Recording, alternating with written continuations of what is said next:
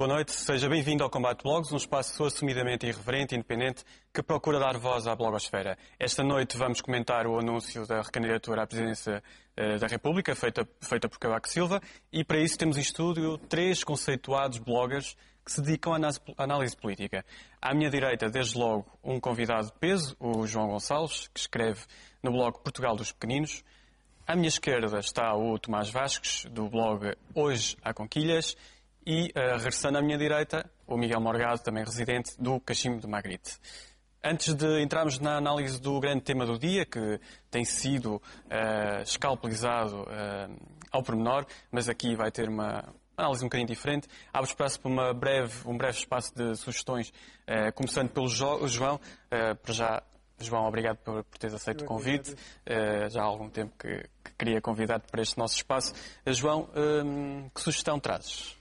Trago a sugestão de um livro que foi recentemente lançado, do professor Manuel Maria Carrilho, que se chama, não sei qual é, onde é que eu posso mostrar. Podes mostrar para a câmera em frente. E agora, por uma nova República, que reúne alguns textos publicados ultimamente em jornal e textos inéditos, e que me parece uma reflexão global muito interessante sobre a situação política portuguesa e global. Mas ter escolhido o Manuel Maria Carrilho não é bem do teu espectro político? Não tem nada a ver com isso. Eu considero o professor Manuel Maria Carrilho das pessoas que pensam sobre a política das mais estimulantes e por razões agora operacionais da vida dele não tem tido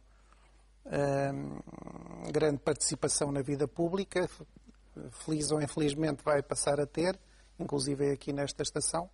Já começou, e julgo que é um bom livro para reflexão política. É uma coisa rara entre nós fazer este tipo de edição. E com esta qualidade. Concordo só não. Claro. Pelo menos um livro de reflexão, mesmo que não se concorde, um livro de reflexão. Sim. É uma sugestão interessante. Tomás, a tua sugestão é um bocadinho diferente, um bocadinho mais noutro campo. Normalmente sugerimos aqui, sobretudo, blogs de índole política, sobretudo dedicados à política. Mas na blogosfera há um conjunto de outros blogs, muitas vezes bem escritos e uns mais intimistas, outros mais literários, outros a contarem pequenas histórias dos seus autores, dos autores dos blogs. E hoje destaco o Controversa Maresia, o blog Controversa Maresia, da Sofia Vieira, que tem histórias deliciosas, e o último post é interessantíssimo, que é sobre o orgasmo feminino. Ok. Não vamos aqui buscar frases que estão lá ditas, que algumas impróprias mesmo para esta hora, mas de qualquer forma eu também me diverti muito a ler este blog. E faz parte da riqueza da blogosfera, todos estes blogs. Exatamente, esta diversidade e até a irreverência que existe na blogosfera. Exatamente. Miguel, a tua sugestão não é propriamente um livro nem um blog, mas de um bom texto leste na internet, do New York Times. Exato. Escolhi um texto da Christina Romer. A Christina Romer é uma grande economista, das maiores economistas internacionais, e foi até há muito pouco tempo a presidente do Conselho dos Assessores Económicos do Presidente Obama. Entretanto, demitiu-se e julgo, espero não estar enganado, mas julgo que é a primeira vez que ela escreve num jornal de grande dimensão, neste caso o New York Times, um artigo sobre um assunto fundamental. Ela é das vozes mais avisadas e mais autorizadas dentre todo aquele espaço de opinião que defende que nós não podemos agora proceder a uma contração dos déficits orçamentais em concertação no mundo inteiro, que isso terá efeitos negativos sobre a economia. No entanto, ela diz que países como a Grécia, ela não nomeia Portugal, é verdade, mas diz que países como a Grécia não têm outra alternativa senão reduzir de facto o déficit. Ela está a falar sobretudo para países como os Estados Unidos, a Alemanha e a França, não o devem fazer, mas países como a Grécia e Portugal devem fazê-lo. E depois ela cita um estudo do FMI que está a causar uma grande discussão internacional, que tentou medir o impacto recessivo ou não, ou expansionista, da contração dos déficits neste momento. E esse estudo do FMI chega à conclusão que há sempre um efeito recessivo. Mais grave numas circunstâncias, menos grave noutras, mas é sempre recessivo. No entanto, ela esquece de apontar um pormenor importante que é decisivo para a discussão que está a decorrer em Portugal. É que até esse estudo acaba por concluir que é diferente, do ponto de vista da expansão da economia ou da recessão da economia, é completamente diferente reduzir o déficit através de aumento de impostos ou através da redução da despesa pública. E até o FMI concorda que reduzir o déficit com base na redução da despesa pública e não através de aumentos de impostos é a melhor maneira de reduzir o déficit. E julgo que é importante ter em conta esse detalhe porque nas nossas circunstâncias, em Portugal, na Grécia, em Espanha, não é só um detalhe, é uma coisa fundamental e que está ligado até às negociações que neste momento estão a ocorrer entre o Governo e o PSD. E que parece não ter fim, pelo menos, para já. Eu também tenho uma sugestão, já agora não é normal ter uma sugestão, mas aproveito que a sugestão tem a ver com uma pessoa que está aqui. A sugestão é de um livro que foi lançado por estes dias, o livro Autoridade, da autoria de Miguel Morgado. Miguel, sem querer dar muito protagonismo, de qualquer forma, queria que me falasse um pouco deste livro. Desde já, da Fundação Francisco Manuel dos Santos, e tem este título diferente, pelo menos. Como é que conseguiste escrever sobre a autoridade tantas páginas? Isto foi um convite que me foi feito pelo António Barreto e pelo António Araújo, que dirigem a Fundação Francisco Manuel dos Santos, que estão a produzir uma coleção de ensaios muito importante sobre assuntos que dizem respeito de uma maneira direta ou indireta à vida do país.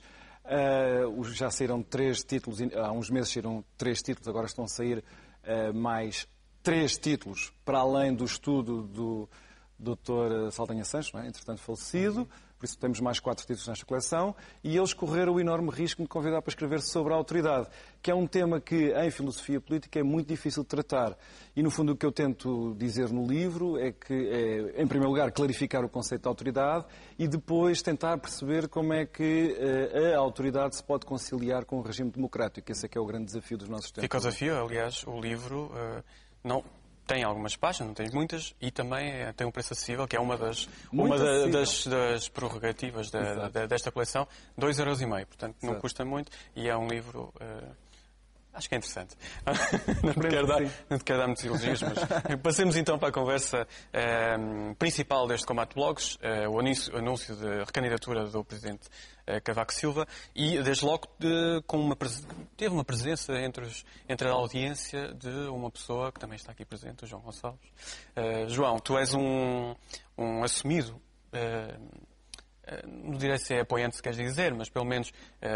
Apoiante? Apoiante, podemos dizer assim. Sim. És assumidamente um apoiante do Presidente Cavaco Silva. Gostaria que fizesse a tua leitura do discurso que foi aquilo que houve hoje. Foi um assumir da recandidatura. Obviamente já todos tínhamos tido sinais disso e era evidente que isso iria acontecer.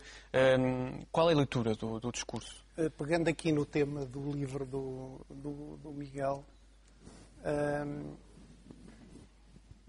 Eu também disse de alguma autoridade que se trata, ou seja, o Presidente Cavaco Silva, neste momento da vida do país, é das poucas pessoas que tem, julgo eu, perante a opinião pública, perante os portugueses, essa imagem da autoridade. E da autoridade democrática, que é a única que faz sentido. O Presidente fez um discurso, chamemos de circunstância, da apresentação da recandidatura, mas que acentua aquilo que me parece que são os valores fundamentais que ele representa desde que apareceu na vida pública portuguesa há cerca de 25 anos, quando se candidatou a Presidente do PSD e foi Primeiro-Ministro e agora Presidente da República. Há uma imagem, de facto, de seriedade, de probidade, até... continuando neste registro de alguma frugalidade anunciada com a situação de ter uma campanha discreta e adequada a este momento, porque seria de facto uma afronta, penso eu, à generalidade dos portugueses. Até comedida em termos de custos. Estar a fazer espetáculo. Quer dizer, nós estamos fartos, andamos há 5 ou 6 anos a viver de espetáculo, de PowerPoint, de tendinhas, de propaganda. E esta imagem de sobriedade é muito importante. E, de facto, julgo que os portugueses facilmente associam isso ao professor Cavaco Silva.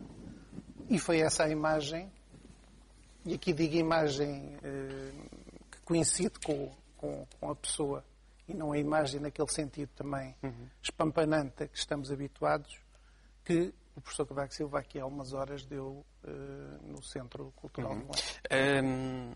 Nós não temos propriamente hoje aqui um apoiante Por exemplo, de Manuel Alegre, por exemplo. Deixa-me só dizer uma coisa.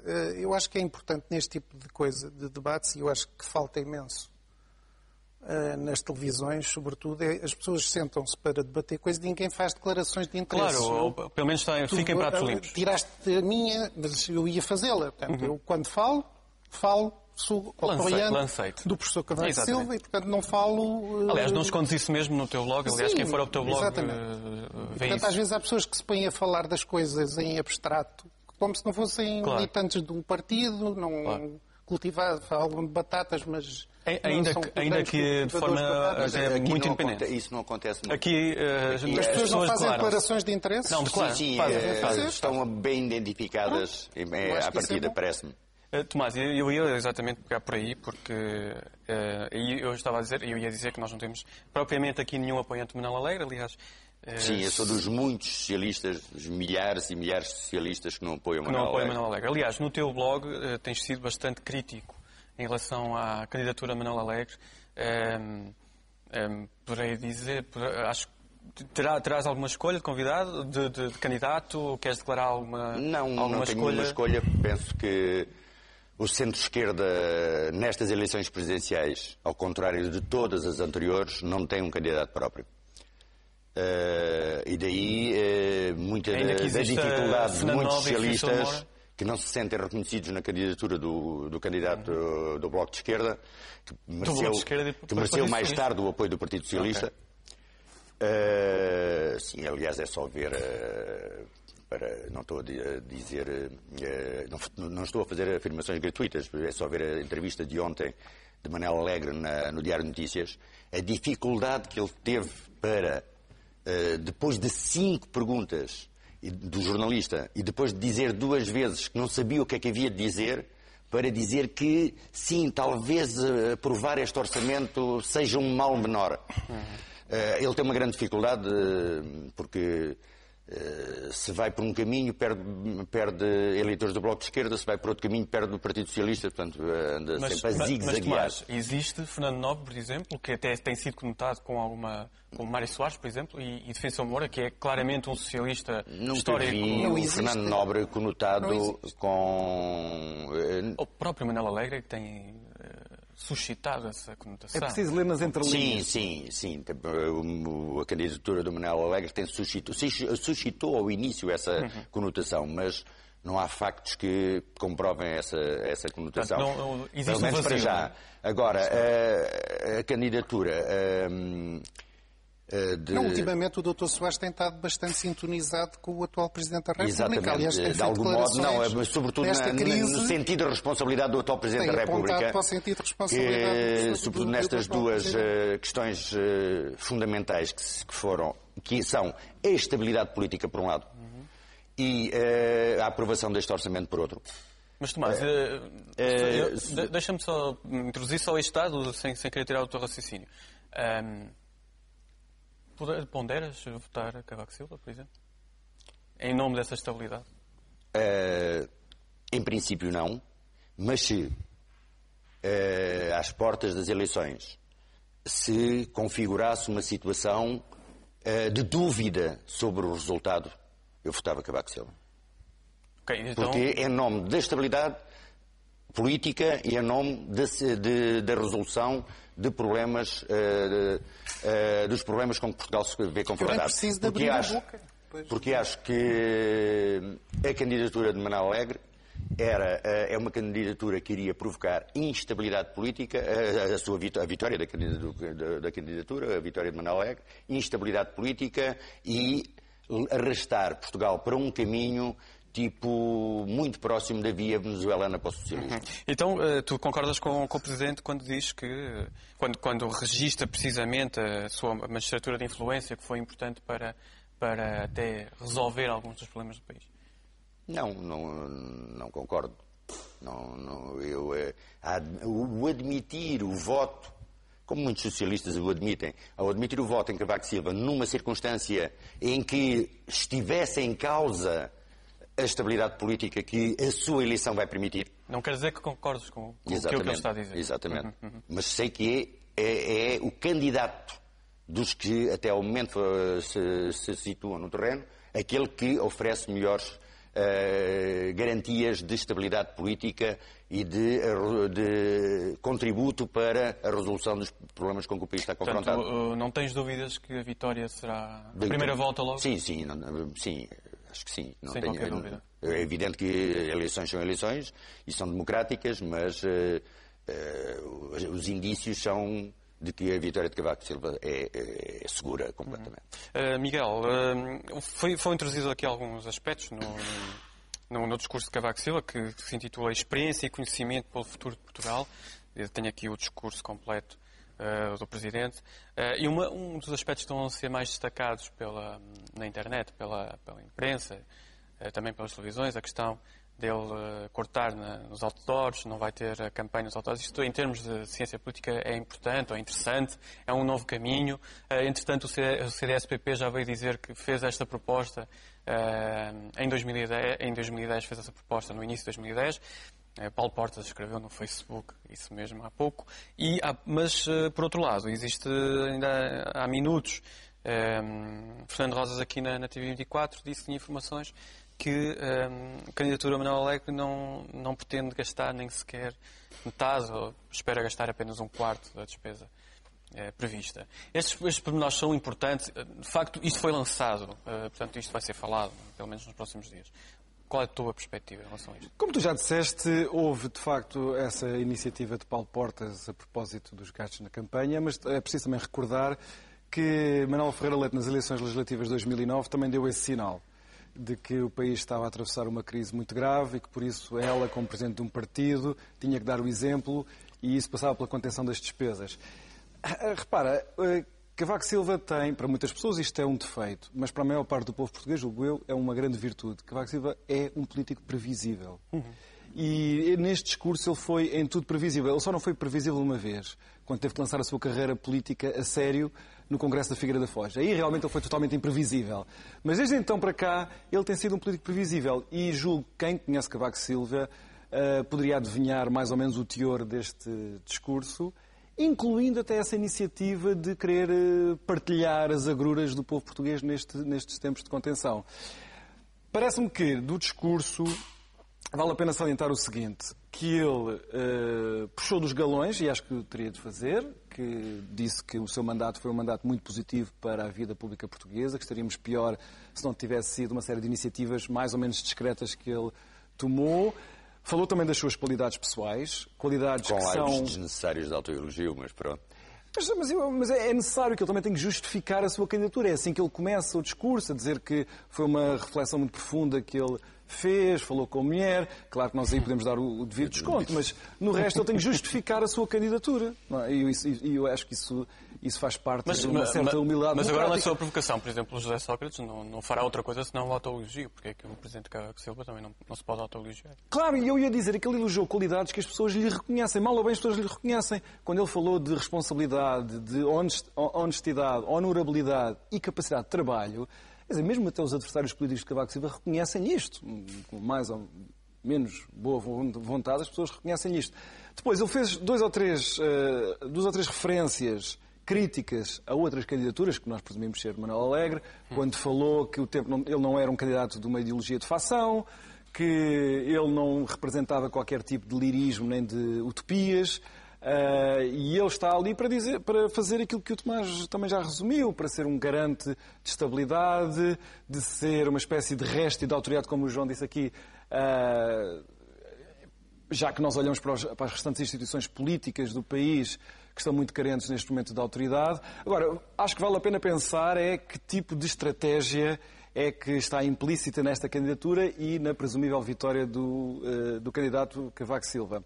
Eu dá-me ideia que, e eu já escrevi isto noutro lugar, mas dá-me ideia que Cavaco Silva não pode jogar apenas para ganhar, mesmo à primeira volta. Ele vai ter que apostar tudo, e eu digo tudo, numa vitória muito expressiva. Porquê? Porque o ano 2011 vai ser um ano muito particular, em que ele, uma vez ganho o mandato presidencial, vai se ver colocado diante de um enorme vazio institucional e político. E, à luz da nossa Constituição, é aquele magistrado, em particular, o Presidente da República, que vai ter de preencher esse vazio. E vai ter de preencher esse vazio não só para aquilo que ele disse no discurso, uma magistratura de influência, o diálogo. Não. O ano 2011, pelo menos a primeira metade do ano 2011, pelo menos essa primeira metade do ano 2011, vai exigir um Presidente da República que vai ter de interferir em decisões políticas concretas. Ou seja... Já forçar até a saída do governo. Não tenho essa certeza. Ou seja, deixa-me só terminar. Deixa-me só terminar. E qual é esse vazio? Como? E qual é o vazio? O vazio será a crise política que se vai colocar a um governo que não tem a mínima vocação para lidar com este problema, que é um problema de contração da despesa pública, de aumento de impostos, de confrontação com a contestação social nas ruas. É um institucionalista. Sem dúvida. E, portanto, ninguém conte com o Presidente Cavaco Silva para fazer aquilo que os partidos políticos têm que fazer. Mas se os partidos políticos não fizerem, alguém terá de fazer. É isso que eu estou a dizer. O Presidente da República, mal ou bem, jurou esta Constituição. Mas esta Constituição permite isso. Está bem. Mas não se conte com o atual Presidente da República para se substituir a qualquer partido. O ponto não é esse. Mas João, eu penso que estarás a dizer que a hipótese de o governo cair ou de ele forçar essa queda. Não, mas isso é completamente errado. O Presidente Cavaco Silva é a última pessoa a forçar a queda, seja de que governo for. Na tua perspectiva, a partir do momento em que ele tomar posse, não pode dissolver a Assembleia da República? Mas vai dissolver a que propósito? O problema é da Assembleia da República. Não é do Presidente. O Presidente Cavaco Silva não vai fazer, julgo eu, o que fez o Presidente Jorge Sampaio, que, havendo uma maioria na Assembleia da República, decidiu dissolver a Assembleia, porque é esse o poder do Presidente, exatamente. Não é demitir governos, porque houve uma célebre revisão de Constitucional feita ad hominem em 1983 contra o general Ramalhianes, pelo PS e pelo PSD, estou à vontade para dizer isso, que tirou ao Presidente da República aquela chamada dupla dependência. O governo dependia duplamente do Presidente e da Assembleia. Agora não. E o Presidente Cavaco Silva tem sido muito estrito nessa interpretação e, a meu ver, corretamente. Há um elemento importante. Deixa-me só então terminar o que eu ia dizer. É que há aqui um problema com o raciocínio do João. É que o João está a pensar na experiência constitucional portuguesa dos mandatos que nós tivemos desde 81. Eu sei. Desde 81 até hoje. Desde 81 até hoje. Essa foi a nossa... Não estou agora a pensar no primeiro mandato, que foi também um primeiro mandato de 66 a 80, 81, também diferente. Mas desde 80 até hoje nós tivemos esta experiência constitucional, em que o comportamento dos Presidentes da República pautava-se um pouco por estas linhas que o João disse. Nós nunca vivemos, com democracia consolidada, em estado de emergência. E nós, provavelmente, vamos viver em estado de emergência. Quanto é esse?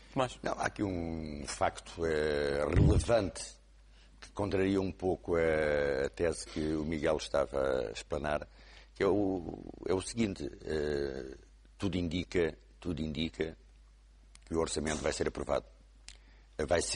Vão chegar a acordo o PS e o PSD à volta deste orçamento de Estado. Mais corte, menos corte, mais dólar, mais euro, menos euro. Já ia chamar dólar. Era bom. Vai ser aprovado. E isso implica para o ano 2011 um casamento entre os dois partidos que o aprovam, porque é resultado de um acordo. Há uma envolvência, há uma discussão que já dura há dias, com reuniões permanentes, por um lado, mas também, por outro, com um forte apoio e empenho do Presidente da República, do atual Presidente da República. Isto, de certo modo, há um compromisso tripartido no ano 2011 à volta dos dois principais partidos, um no poder e outro na oposição, e do próprio Presidente da República. Esta estabilidade que se está a gerar, e direi mesmo com algum guarda-chuva, debaixo do guarda-chuva da Presidência da República, que o Presidente Cavaco Silva, nos últimos 2 meses, tem insistido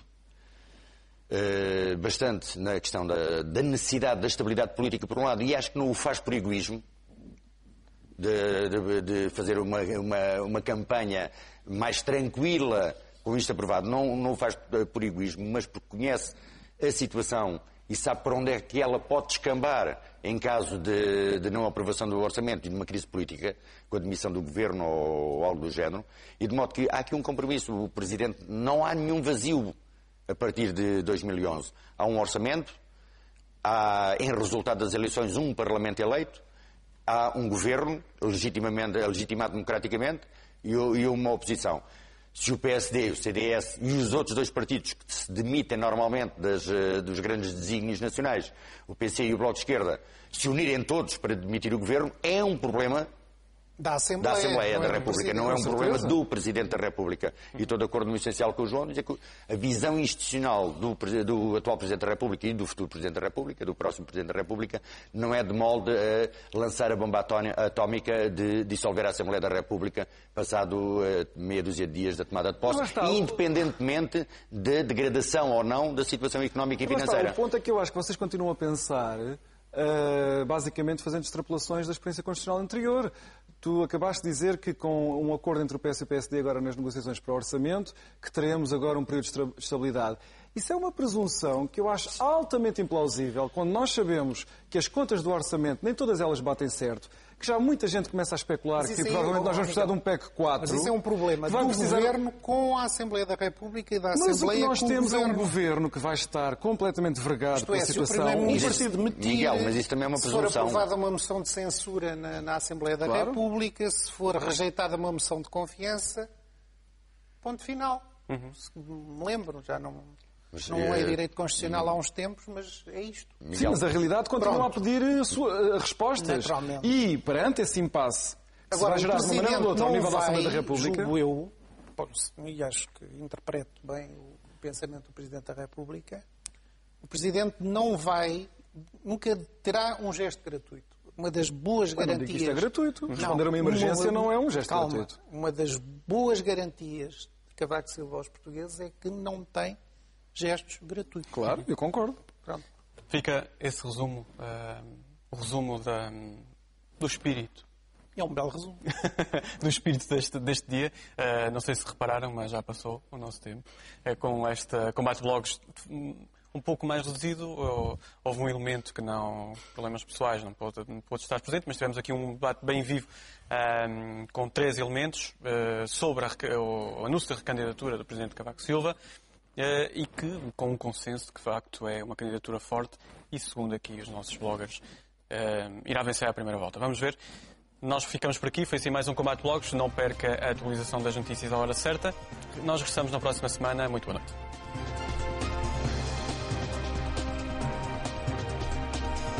Toda a informação atualizada hora a hora no TVI 24 e em tvi24.pt.